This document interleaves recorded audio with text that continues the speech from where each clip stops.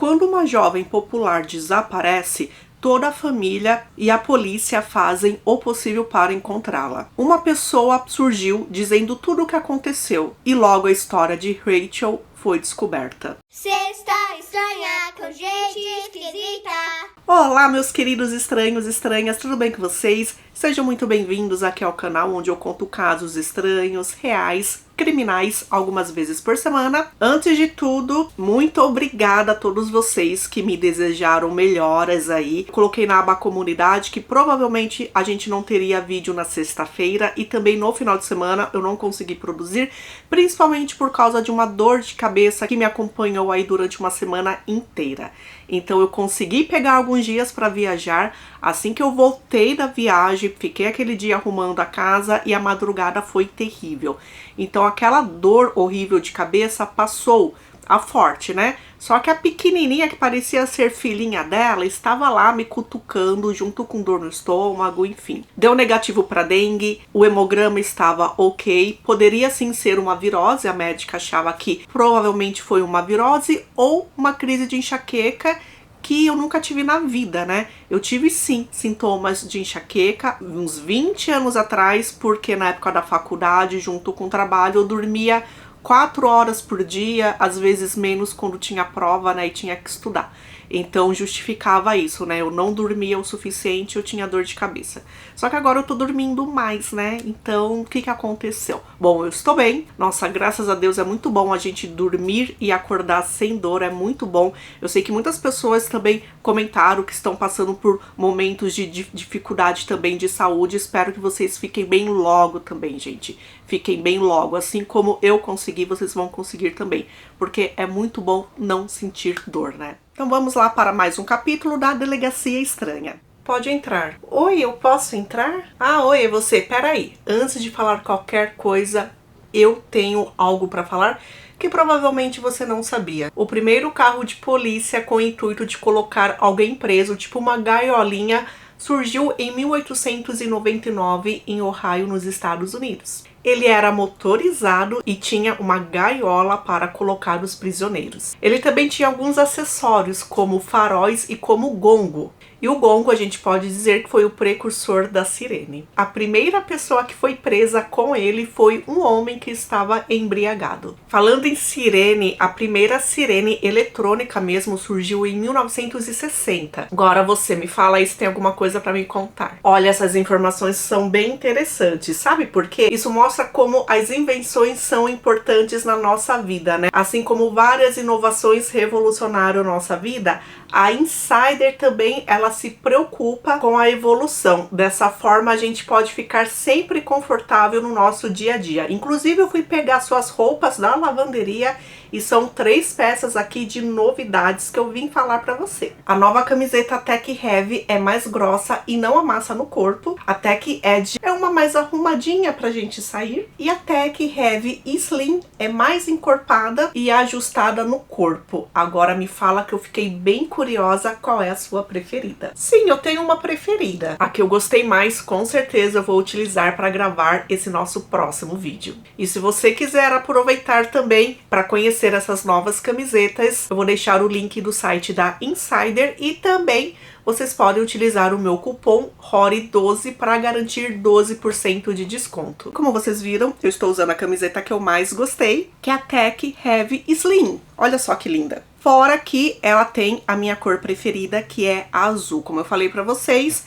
tem uma gama de cores diferentes para vocês acharem. Então vamos lá, que muito confortavelmente eu vou gravar esse vídeo de hoje.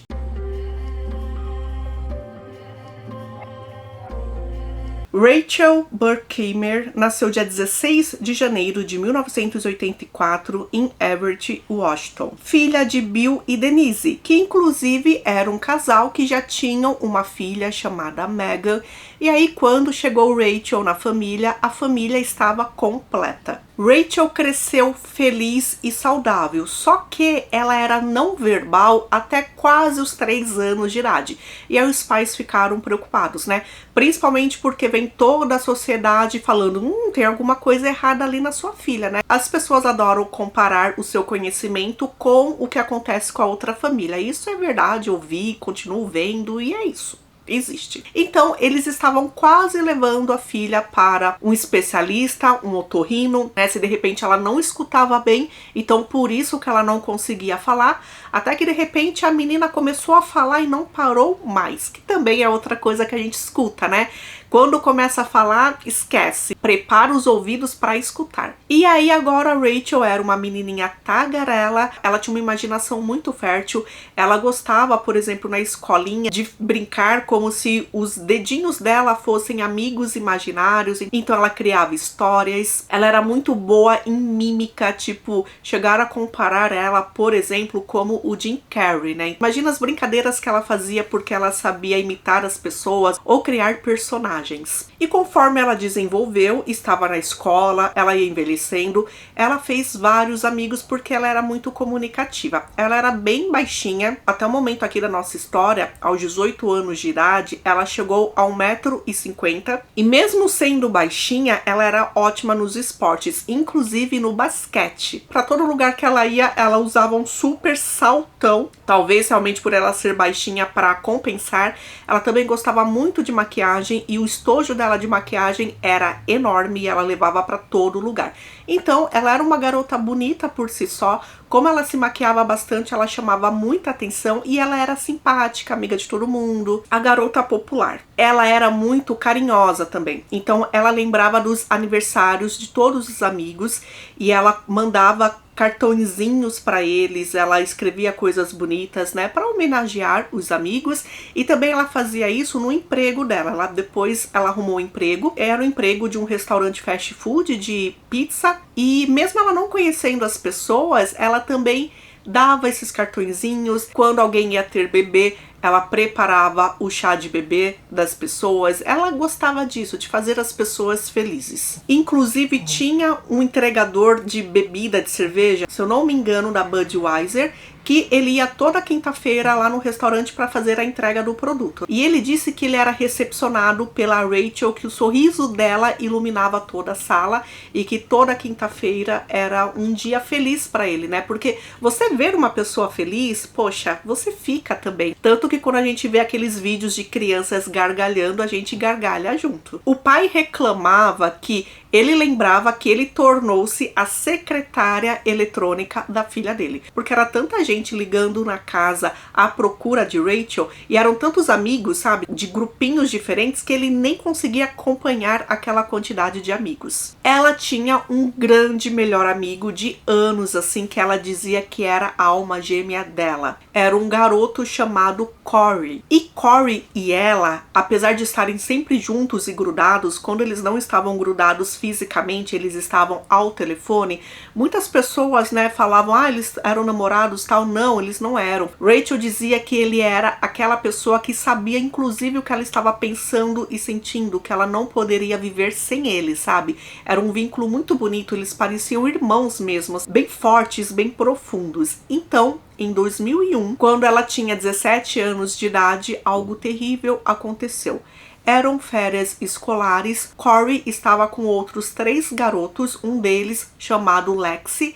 Eles estavam em um carro dirigindo. Não ficou claro quem estava dirigindo, somente que o motorista perdeu o controle e o carro bateu e todos eles foram hospitalizados, só que Corey e Lexi, que também era um outro amigo que Rachel tinha contato, que gostava bastante, os dois morreram. E aquilo acabou totalmente com a vida da Rachel. Ela se sentiu invalidada, né? A irmã dela, Megan, disse que parecia que a vida de Rachel acabou naquele momento que ela perdeu o melhor amigo dela. Então, quando o ano escolar começou, os pais acharam que, poxa, que bom, né? Ela vai ficar perto de outros amigos e as coisas vão melhorar. Então ela já tinha perdido 2 amigos, um deles era o grande amigo da vida dela. Durante esse próximo ano escolar, as coisas foram bem difíceis. Outros 4 amigos dela morreram. Quais foram essas causas? Afogamento, atropelamento, tiroteio acidental e um deles tirou a própria vida. Então estar na escola naquele momento foi terrível para ela, terrível. Ela conversou com os pais, ela disse que não conseguia mais e ela abandonou a escola. A perda do Corey foi tão difícil para ela que ela deixava ainda fotos dele nos locais que ela estava presente. Então, por exemplo, ela tinha um carro e no carro dela tinha no painel fotos do Corey, e no quarto dela ela deixava na parede fotos dos obituários de todos os amigos dela que morreram naquele ano, foram 6. Então Rachel, ela estava agora trabalhando naquele restaurante que eu contei para vocês. Depois de um tempo também ela abandonou, ela ficou trabalhando como babá para algumas pessoas e também não era nada fixo, na verdade, né? Ela era realmente uma garota perdida. Até que chegou a um determinado momento que o pai dela percebeu que a conta de telefone daquele mês veio bem alta, tipo assim, muito alta. E quando ele pegou para ver de quem era aquela ligação, que fazia uma ligação a cobrar, ele descobriu que era da prisão. Ele descobriu que Rachel tinha um namorado e esse namorado estava preso. Olha só que doideira descobrir isso, né? Então ela namorava um homem chamado John Anderson, que o apelido era Dig. Ele tinha 20 anos de idade. Eles se conheceram um tempo atrás em uma festa. O que o pai dela não sabia é que por causa de toda aquela dor, aquela depressão que ela tinha, ela começou a utilizar drogas. Então ela estava viciada em metanfetamina, em cocaína. E por causa, né, dos grupinhos novos aí de amigos, ela conheceu esse Dig, que ficou dando em cima dela, insistiu, ela não quis. Só que ele foi preso, algo relacionado com drogas, e lá na prisão ele passou a escrever cartas para ela e aí eles começaram a se comunicar. Eles se consideravam então namorados. Aí só para falar aqui, tá, eu devia ter falado antes, é que pelo estado depressivo da filha, é claro que os pais levaram ela até um especialista. Não ficou claro se ela estava tomando medicamentos para isso ou não, porém os pais fizeram o que tinham que fazer. Voltando às cartas que o Dig mandava para ela, eram cartas melosas dizendo como ele a amava, como eles iriam casar-se quando ele saísse da prisão. E, por exemplo, ele chegou inclusive a mandar 8 folhas de carta para ela, onde todas as linhas estavam escritas: eu te amo. Bom, claro que por um momento todo pai ficaria bem chateado com isso, porém ele estava preso, né? O que ele poderia fazer? Quando Dig foi libertado, o pai esperou para ver o que ia acontecer. Por quê? Com a liberdade de Dig, Rachel voltou a sair de casa, porque até então ela ficou basicamente um ano dentro de casa, no quarto dela, deitada, olhando pro teto. E quando Dig apareceu na parada, ela saiu porque ela frequentava os lugares agora com o namorado. Então, pro pai, isso foi uma evolução. Só que o pai não sabia é que Dig estava formando uma gangue, um grupo de máfia, que ridiculamente tinha um nome: a Máfia do Noroeste. Então, o que essa gangue fazia? Roubavam de outros traficantes, principalmente para utilizar essas drogas roubadas. Então, assim, pode até ser que eles revendiam as drogas e aí surrupiavam uma certa quantidade. Não ficou claro como eles fizeram e nem me interessa saber como que eles fizeram, né? Só que era isso, a gangue deles era para futuramente ser uma grande gangue de traficantes, porém naquele momento o que eles faziam era se reunir para jogar videogame, usar drogas e beber bebidas alcoólicas. Era isso. Gente, inclusive, antes do Dig, ela tinha um namorado, só que esse namoro durou apenas 2 meses, porque o cara disse que ela estava totalmente viciada em drogas e ele não queria ter uma namorada que era viciada, né? Ele não era, então, né, as coisas simplesmente não combinam. E aí eles terminaram o namoro. Então nós temos Rachel nesse grupinho que com certeza ela utilizava essas substâncias sempre. E aí teve um dia que ela estava no quarto dela, Megan entrou para conversar e ela conversou coisas com a irmã. Ela disse: eu estou vendo que eu estou jogando a minha vida no lixo. Eu estou jogando a minha vida fora. E aí pareceu naquele momento que Rachel, ela iria ressurgir das cinzas, né? Então vamos dizer que é isso, que ela estava pensando nas coisas que ela perdeu. Tudo bem, a gente com uma depressão não quer fazer nada mesmo. Só que ela percebeu que se ela estava saindo com aquele grupinho, ela poderia fazer outras coisas para reerguer a vida dela. Então isso era importante, ela já estava pensando diferente. E momentos depois daquilo, o pai dela estava fazendo o trabalho manual fora de casa e encontrou a filha, e a filha parecia radiante, olhando para o céu, feliz. Era uma Rachel que ele não via, sei lá, ele nem lembrava a última vez que ele viu Rachel feliz daquele jeito. E ela disse para ele que tinha conhecido um cara chamado Maurice, que tinha a mesma idade dela, 18 anos de idade, que também tinha largado a escola, só que ele pensava em voltar, em mudar a vida dele. E ela estava feliz porque ela se sentia da mesma forma e ela encontrou um amigo onde eles seguiriam os mesmos caminhos. Então esse Maurice, ele era também um membro ali da máfia, ridículo, máfia do Noroeste. Ele era membro daquela gangue, daquele grupinho, gente, isso não é uma gangue, né? Aquele grupinho. E claro que ela sempre via eles, só que eles só se cumprimentavam, nunca tiveram uma conversa firme. E aí, quando eles pararam para ter uma conversa firme, Maurice disse para ela que queria sair do grupinho, queria voltar a estudar, queria ir para a faculdade, e ela se sentia exatamente daquele jeito que ele disse que ele se sentia. E ela disse, poxa, eu também. Então eles fizeram lá um plano entre eles, que eles iam se ajudar, eles iam ser o apoio um do outro. Claro que para isso ela quis mudar de vida e ela terminou o relacionamento com Zig. Só que ele ficava cercando ela, ele ficava indo atrás dela, até que chegaram a falar que era um relacionamento intermitente, sabe? Eles estavam juntos e eles não estavam. Durante os 2 meses após aquela conversa que ela teve com o pai dela, era uma Rachel totalmente diferente. Parecia ser realmente aquela Rachel lá atrás. Tanto que o pai falou, olha, nesse verão você já vai voltar a estudar, terminar o ensino médio. E ela disse que sim, que era isso que ela ia fazer, e ela também iria arrumar um emprego. Durante esse meio tempo, ela estava voltando a ter contato com os amigos da antiga, né? Que fazia tempo que ela não falava, amigos bons que eram positivos para ela. Ela também passou a frequentar a igreja com a mãe dela também estava super feliz.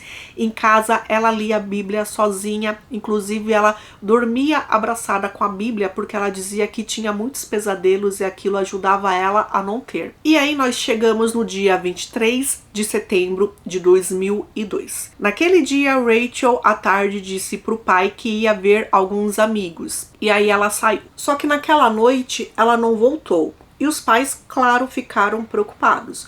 Só que pensaram, de repente ela resolveu dormir na casa de alguma amiga e esqueceu de falar pra gente. No dia seguinte, ela não voltou e não manteve contato. Eles telefonaram para todos os amigos que eles conheciam.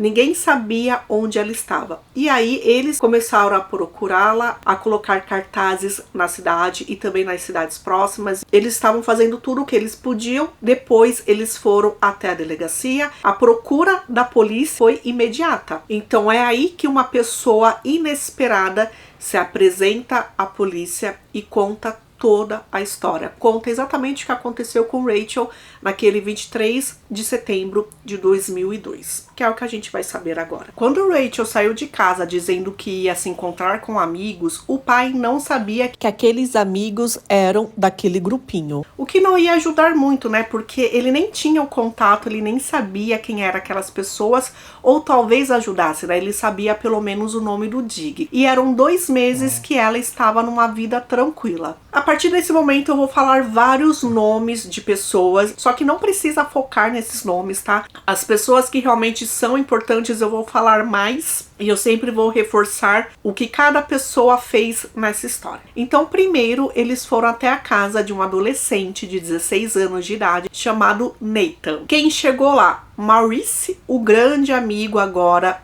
de Rachel, e o melhor amigo de Maurice, um garoto de 17 anos de idade chamado Matthew. Aí a gente já sabe, né, que Maurice e Rachel têm 18, Matthew tem 17 e Nathan tem 16. Eles estavam sentados lá na sala, conversando, eles estavam esperando outras pessoas do grupo chegarem. Só que aí, quem chegou em casa sem avisar, que saiu mais cedo do trabalho, foi o pai de Nathan. E aí ele não quis, e eles não quiseram, que um adulto ficasse lá de olho na conversa deles. Então eles conversaram com outros membros do grupo e descobriram uma outra casa para ir. Essa casa era de um homem chamado Kevin, de 32 anos de idade. Ou seja, a casa era dele mesmo, né? Não ia correr o risco do pai chegar lá e atrapalhar. Na verdade, essa casa era da namorada dele, que a gente vai falar daqui a pouco. Junto com Kevin, tinha outros 3 rapazes. John, de 22 anos, Jeffrey, de 22 anos e Tony, de 20 anos. Todos estavam sentados na sala, jogando videogame e também bebendo e fumando maconha. Então, os 4 que saíram da casa de Nathan chegaram lá. Então, eles estavam lá todos se divertindo quando, de repente, quem chega? Dig, o ex-namorado de Rachel. Ele entra muito bravo, ele entra armado, apontando aquela arma para todo mundo. Não se sabe o que aconteceu, por que ele está revoltado daquele jeito. Ele está falando coisas assim que ninguém entende. Inclusive, ele sai esbofeteando algumas pessoas. Ele bateu em 2 rapazes que eram quem estavam mais próximos ali da porta. Rachel estava próxima da porta, ela também não entendia o que estava acontecendo, fazia muito tempo que ela não falava com Dig, e ela imaginou que então que o que estivesse acontecendo ali não tinha relação com ela. Então ela pensou em levantar, sem ninguém perceber, chegar perto da porta e ir embora. Já que aquilo não era com ela, Dig nem ia perceber, então ela levantou-se, só que ela chegou perto da porta e ele estava perto da porta. Ela não pôde ir embora.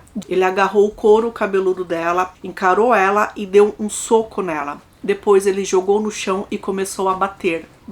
E vários outros rapazes ali começaram a bater nela também, ao mesmo tempo. Disseram que só alguns não participaram. Um desses que não participou foi Maurice, o rapaz que ela considerava um amigo. É claro que passando por tudo aquilo, a dor era insuportável, ela gritou bastante, e com medo que vizinhos ouvissem, Dig pediu para que alguém aumentasse o volume da música. Então Tony Williams, de 20 anos de idade, foi o rapaz que aumentou o volume. Foram minutos, gente, minutos sendo espancada. Quando eles pararam, Dig pegou Rachel pelo cabelo, tirou ela da sala, arrastou ela passando pela cozinha e de lá foram para uma porta que levava até a garagem. Um dos rapazes levou fita adesiva para ele colocou uma meia dentro da boca de Rachel, cobriu com a fita adesiva de forma que ela não gritasse e também prendeu as mãos dela com fita. E ela ficou jogada ali no chão.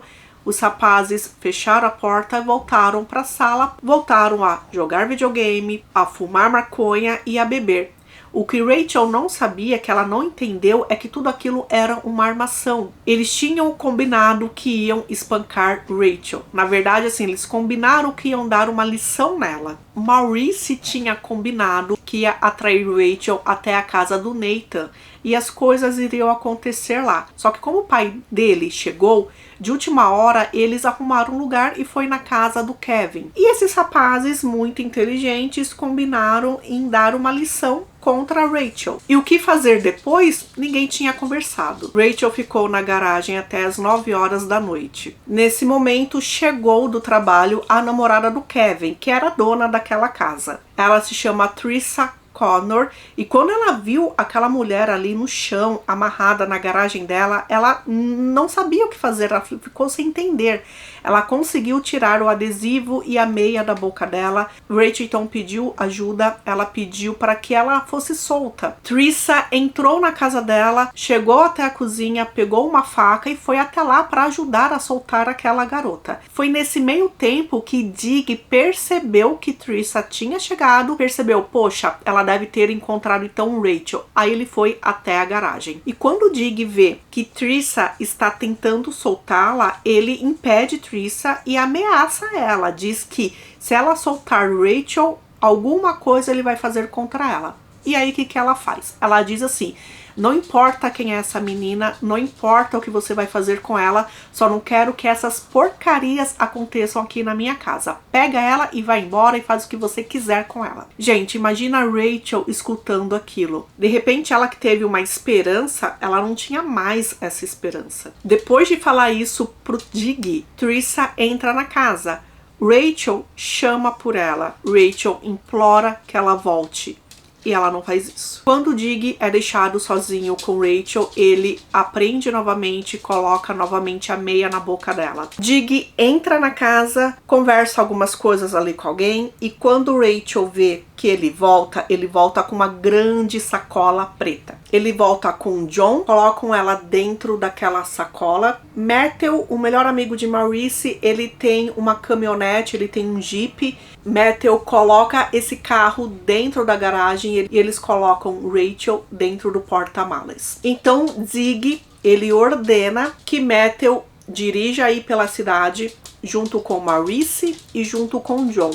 E ele fica pensando o que ele vai fazer. Então, durante o trajeto, daria para Rachel escutar o que eles falavam ali dentro do carro. Só que eles não falaram nada, eles só dirigiam. Até que, depois de algum tempo, Zig telefona para um deles, que é o John, conta a ideia que ele teve. Então, os rapazes no carro estão agora cumprindo a ordem do Zig mais uma vez. Eles combinam que eles vão parar em um lugar bem afastado, deixar Rachel lá, perto de alguma árvore, de algum lugar escondido. Enquanto isso, eles vão buscar Zig, só que eles não podem deixar Rachel sozinha. Uma porque ela pode sair daquela mala e fugir, e outra que alguém de repente pode encontrar, né? Então Joe e Matthew vão buscar Zig. Eles deixam Maurice ali perto da mala para ficar de olho. É aquelas malas maleáveis que tem só um zíper por cima, tipo uma mala esportista, né? Então, quando Rachel está lá dentro, ela escutou tudo, ela sabe que Maurice está lá cuidando, né, da sacola. Ela começa então a se mexer, a gemer, a fazer algum barulho para que ele a liberte. E realmente ela chama a atenção do Maurice. Ele abriu a sacola, tira a parte de cima do corpo dela e também tira a meia da boca e ela pode falar. E ela implora pra ele, ela fala: deixa eu ir embora, eu não vou contar nada pra ninguém, ninguém vai saber disso que aconteceu, deixa eu ir embora. Nós somos amigos, Maurice, nós não somos amigos? Só que aí, Maurice, ele é muito indiferente àquele pedido de ajuda. Ele diz pra ela: você tá se importando demais com isso, não vai acontecer nada com você. E ela diz: não, eu sei o que vai acontecer, ele vai me matar. Não vai acontecer nada, deixa isso pra lá, você tá dando muita importância pra isso. Gente, ele nem aí pra ela. E aí, mesmo insistindo, ele cansa de ouvir aquilo, coloca a meia dentro da boca dela, coloca de novo a fita adesiva e prende ela dentro da mala. Mais uma vez, ela teve a chance de ir embora e ninguém ajudou ela. Quando o Jeep volta com os rapazes, agora os 3 rapazes, eles têm novas pás. Eles foram até o mercado e compraram pás. E quando a gente lembra de pá, né, gente, a gente lembra que alguém ali vai cavar alguma coisa. Coloco então novamente a sacola onde contém Rachel dentro do porta-malas e eles vão dirigindo até um lugar bem remoto, bem vazio mesmo. Quando eles param naquele local, os 3 rapazes, eles saem do carro, eles acham um lugar ali conveniente e eles começam a cavar. Eles estão abrindo a cova onde Rachel será enterrada. E Rachel escuta tudo aquilo. Maurice, ele não cava, ele fica lá um bom tempo, perto do porta-mala, fumando, pensando na vida. Aquela chance que ele ficou sozinho, porque os rapazes estão 4 metros à frente, naquele momento ele poderia ter mais uma vez a chance de pelo menos soltar Rachel e deixar ela correr, deixar ela tentar salvar a própria vida. E ele não fez nada. Até que depois de um tempo, o Zig chama ele e fala: o que você tá fazendo aí, né? Vem aqui cavar com a gente. E aí ele pega a última pá e vai cavar. Ela ficou 30 minutos escutando aquilo. Ela sabia, claro, o que ia acontecer com ela. Eles voltaram até o carro, tiraram ela da sacola e começaram a despi-la. O que Zig queria é que ela fosse enterrada sem roupa, né? Para não ser reconhecida facilmente. Sem roupa e sem as joias que ela utilizava. Quando iam começar a tirar a roupa dela, ela disse: para. Você pode pelo menos me permitir a dignidade de eu tirar minhas próprias roupas? E ele disse que sim. Lembrando que todo esse momento que ele conversava com Rachel, ele estava apontando uma arma para ela. Então não é como se ela pudesse sair correndo. E ela estava tão machucada que talvez ela não fosse muito longe. Depois de tirar todas as peças de roupas e as joias, ela ficou ainda com o anel na mão. E ela pediu para ele: eu posso ficar com esse anel? Aquele anel era o anel que o amigo dela, Corey, tinha dado para ela. Então era um anel assim que a fazia lembrar do amigo. Zig riu, olhou para ela e disse: claro que não. Só que não se preocupa não, logo logo você vai estar com seu amigo. Então, totalmente nua, ela foi obrigada a andar até a cova. Fizeram ela entrar lá, disseram para ela se ajoelhar e ela se ajoelhou. Nesse momento, ela olhou para o céu e ela uniu as mãos dela em forma de oração. E ela começou a orar. Dig riu. Ele achou aquilo engraçado. E ele disse, realmente, olha para o céu, logo logo você vai estar lá. Ela estava na cova, ajoelhada, de costas para os rapazes. Dig apontou para ela e atirou várias vezes. Na nuca, nas costas. Ele teve tempo de descarregar toda a arma, ele colocou mais munição e continuou fazendo isso, sendo que nas primeiras vezes ela já caiu. Depois eles fecharam e foram embora. Eles tinham ainda as roupas e as joias dela. Dig pegou o anel, que é o anel que ela amava, amassou muito ele, socou muito ele, depois jogou tudo aquilo junto com as roupas em um lago ali próximo. Dig disse para os amigos, se alguém contasse aquilo para alguém, se alguém contasse aquilo que tinha acabado de acontecer, ele faria a mesma coisa com eles. A polícia estava procurando Rachel, a notícia do desaparecimento dela também estava nos jornais, nos noticiários. A mãe de Jeffrey, de 22 anos, que também esteve naquele momento na casa do Kevin. Essa mulher, ela foi até a delegacia e denunciou o filho dela. Ela disse, chame meu filho para conversar. Ele sabe de alguma coisa do desaparecimento daquela garota. Os policiais fizeram isso e ele disse que ele não sabia. Porém, poderiam falar com Matthew, o melhor amigo de Maurice. Poderiam falar com ele que sim, ele sabia. E aí Matthew, de 17 anos, contou tudo. Ele contou tudo o que tinha acontecido e contou inclusive onde estava o corpo de Rachel. Quando o corpo dela foi localizado, que isso foi para a imprensa, os rapazes envolvidos sabiam que logo eles seriam pegos.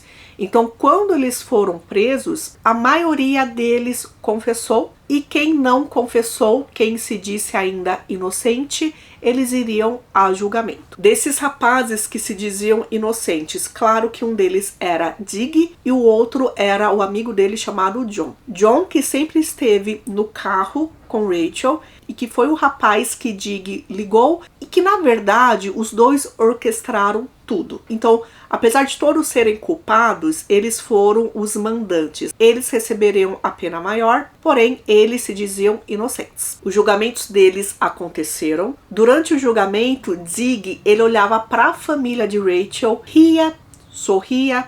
Ele não estava nem aí com tudo aquilo, ele debochava daquilo, ele debochava da dor daquelas pessoas que amavam Rachel. No julgamento, ficou claro por que eles resolveram fazer aquilo com Rachel.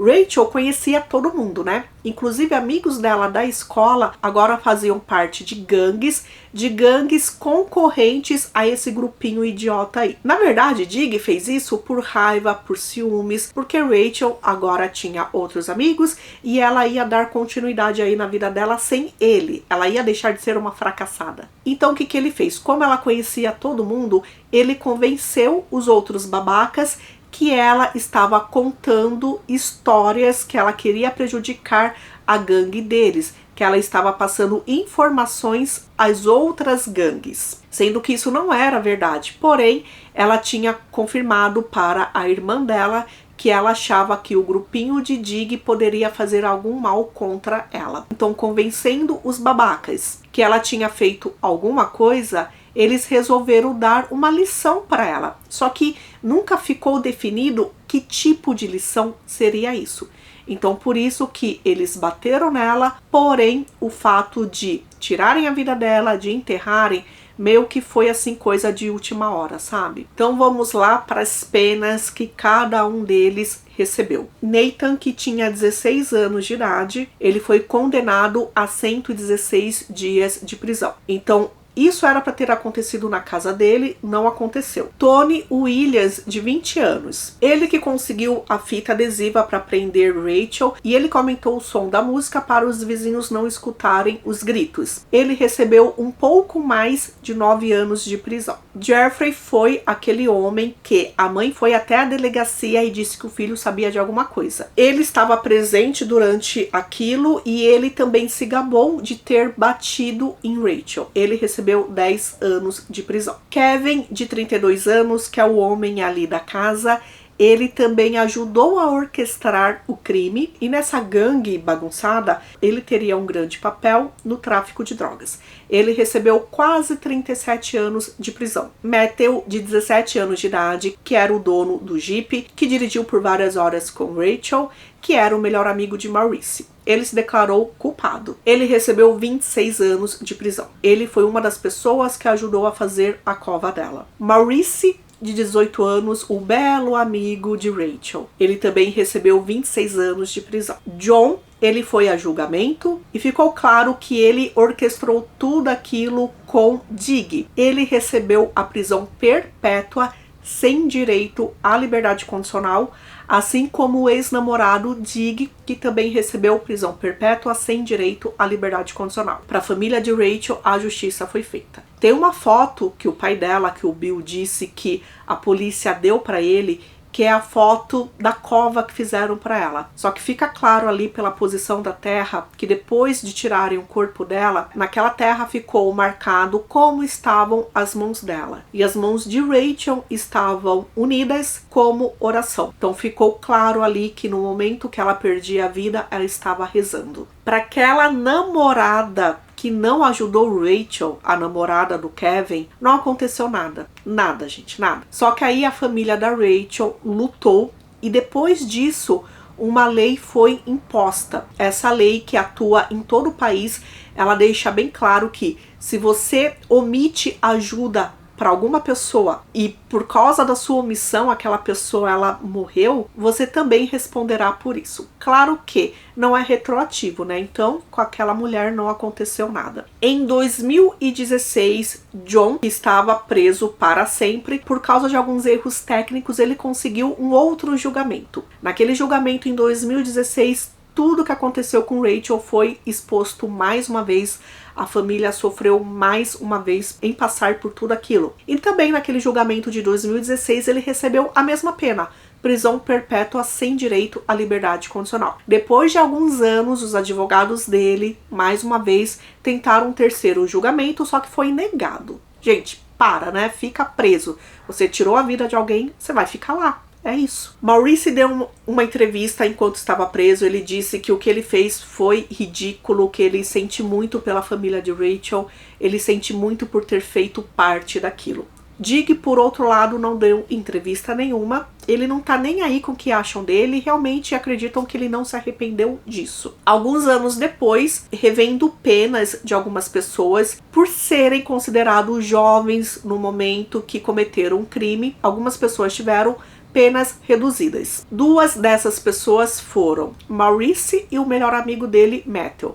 As penas, que eram 26 anos de prisão, caíram para 22. Durante aquele julgamento também, uma amiga de Rachel, ela disse que teve um momento que Dig a raptou, deixou ela mantida como cativa durante alguns dias e nesses dias ele abusou dela intimamente. Antes do julgamento, gente, durante ali a investigação, a polícia cogitou que ela poderia ter sido abusada intimamente. Então, coletaram DNAs daquelas pessoas envolvidas. Até chegaram a cogitar que, se não houve introdução nela, alguma coisa íntima aconteceu. Só que provavelmente não conseguiram confirmar isso, porque isso não foi levado durante o julgamento. O que o pai dela disse é que não sabia que ela corria esse risco de vida. Ele acreditava que ela estava indo para um caminho melhor e que se ela realmente precisasse de ajuda, ele, como pai, acreditava que ela iria pedir ajuda. E isso não aconteceu. Então é isso, né, gente? Isso aconteceu em 2002. Algumas pessoas estão presas ainda, outras pessoas já foram soltas. Então imagina Rachel naquela garagem, achando que a ajuda tinha aparecido, não apareceu. Dentro daquela mala, escutando tudo que iriam fazer com ela, ela teve muita dignidade em caminhar até o túmulo. Ela já sabia que não dava para implorar, eles já tinham feito aquilo.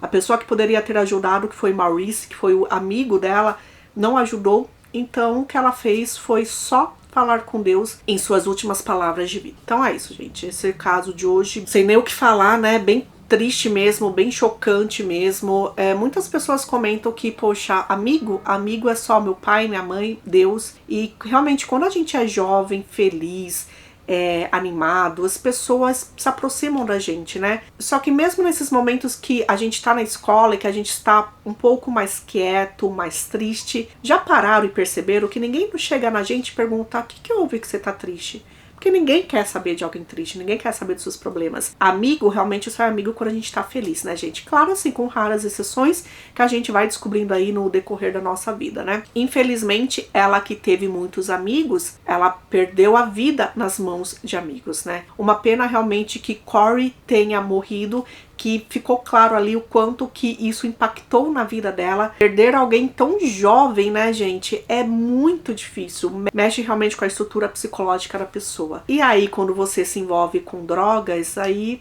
é muito mais complicado. A gente se vê num próximo caso. Uma ótima semana pra vocês. Beijinhos. Muito obrigada por terem esperado, por terem torcido pela minha melhora. E eu torço também que vocês sempre fiquem muito bem. Vocês sabem disso. Beijinhos.